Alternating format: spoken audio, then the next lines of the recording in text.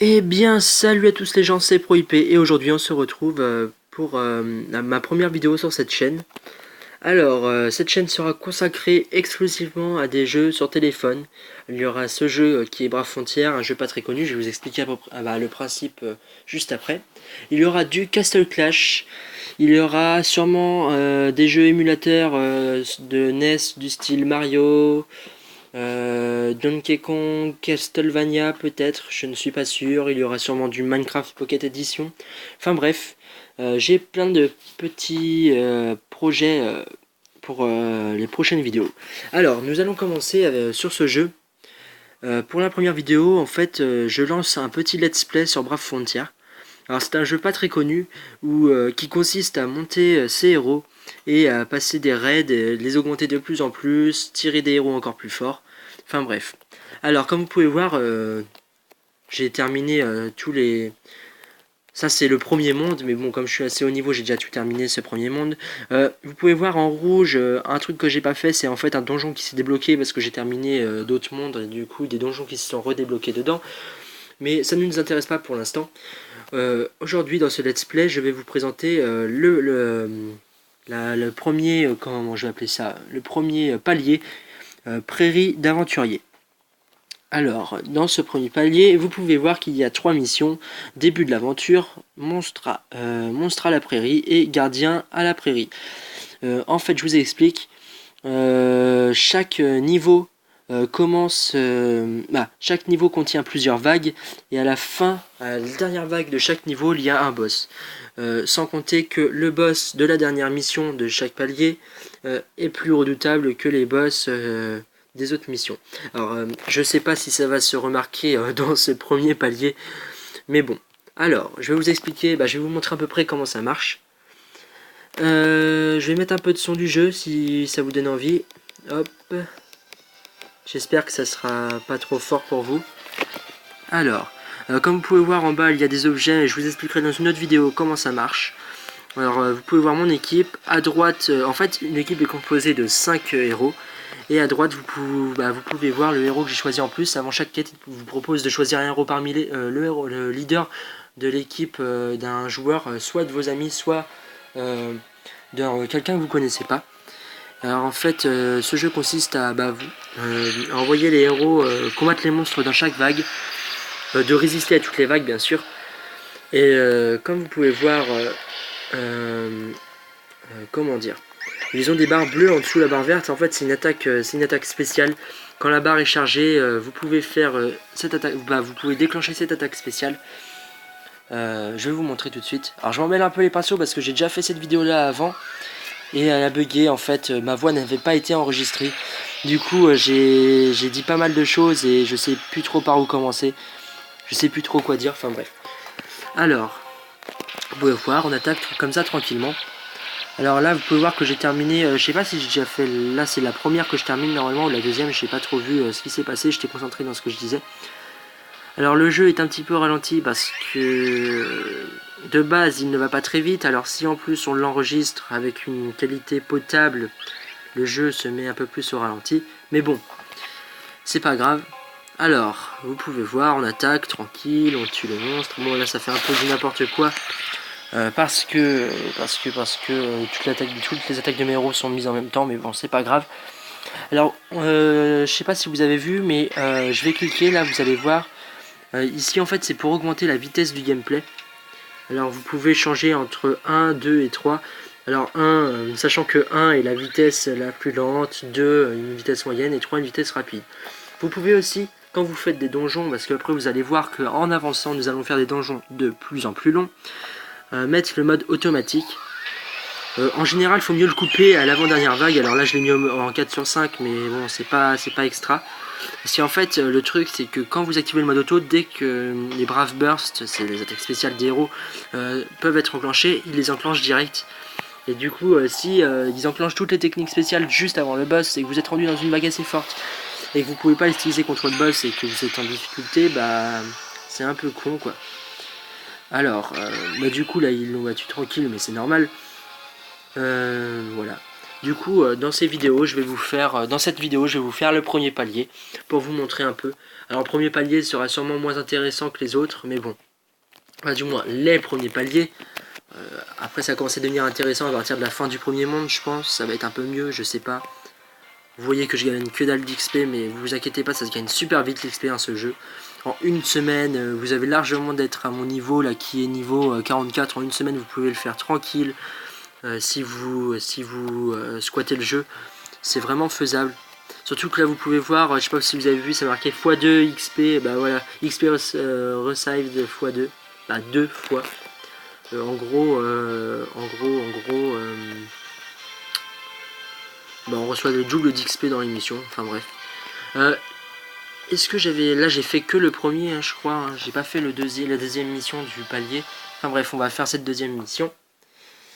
Alors. Hop, je vais mettre un mode automatique. Je vais augmenter la vitesse. Comme ça va se faire assez vite. Parce que je pense personnellement que ça va pas être si intéressant que ça pour vous de voir juste quelques vagues comme ça. C'est juste histoire de vous montrer vite fait le palier. Je prendrai plus de temps dans les prochains paliers pour vous parler et tout. Enfin bref, j'espère que mes vidéos plairont surtout. Je commence cette chaîne, mais j'appréhende un peu comment ça va se passer. Je sais pas si ça va marcher. J'espère que vous serez pas mal à aimer ces vidéos. Je fais ça pour vous. Après, si vous n'aimez pas trop, dites-le moi dans les commentaires. Pour ceux qui parleront dans les premiers commentaires, bien sûr, parce que je sais que je vais pas avoir beaucoup de commentaires sur cette première vidéo, c'est normal. Même d'ailleurs pas beaucoup de vues, je pense. Surtout que Brave Frontier n'est pas un jeu très très connu. Voilà, j'espère que ça vous plaira. Si ça vous plaît, n'hésitez pas à liker et à vous abonner. Il y aura d'autres vidéos de ce type. Comme j'ai dit juste avant, je ferai d'autres vidéos sur d'autres jeux portables. Ne vous inquiétez pas, j'ai pas mal de vidéos pour vous. Voilà. Alors j'espère que ce petit let's play que nous commençons ensemble va vous plaire. Et vraiment, je suis content. Je suis content aujourd'hui parce que voilà. Bah, je teste ma nouvelle application en plus pour enregistrer directement sur mon téléphone. Je vous ferai sûrement une petite vidéo quand vous serez un peu plus nombreux. Bah, si vous êtes un peu plus nombreux, si ça marche bien sûr. Sur l'application que j'utilise pour enregistrer sur le téléphone, je pense que ça plaira à pas mal de personnes. D'ailleurs, je pense que non, je vais le faire un peu plus vite parce que je pense que beaucoup de personnes recherchent des applications qui marchent bien, qui puissent enregistrer la voix ou alors ne pas l'enregistrer, qui puissent enregistrer un gameplay directement sur le téléphone et hop, le mettre directement sur YouTube s'ils veulent ou mettre un montage avec un peu de musique. Enfin bref, cette application est vraiment très utile. Voilà. Alors, nous allons commencer le dernier palier. Et en fait, bah là, vous allez pas le voir parce que c'est le dernier palier, la dernière mission du premier palier. Là, vous allez pas le voir parce que c'est le premier palier justement, mais en fait, le boss de la dernière mission est toujours plus dur que le boss des autres missions. Voilà. Alors, voilà, lancer la quête.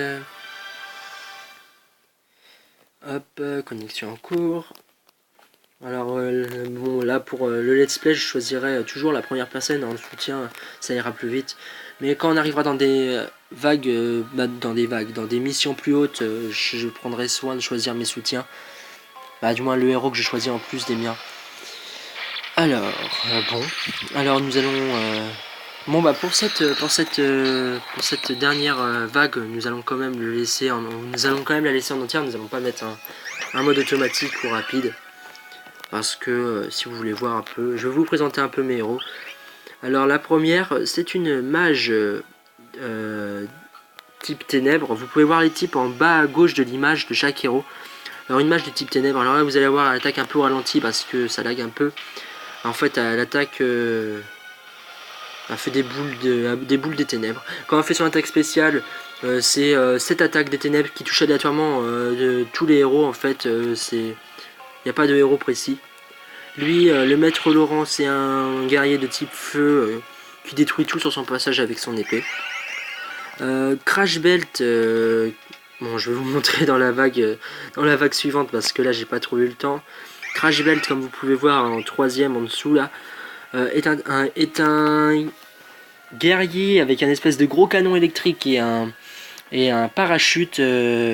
C'est un des 3 nouveaux héros qui vient tout juste de sortir en ce moment. C'est un exclusif, du coup je vous referai une vidéo pour vous le présenter.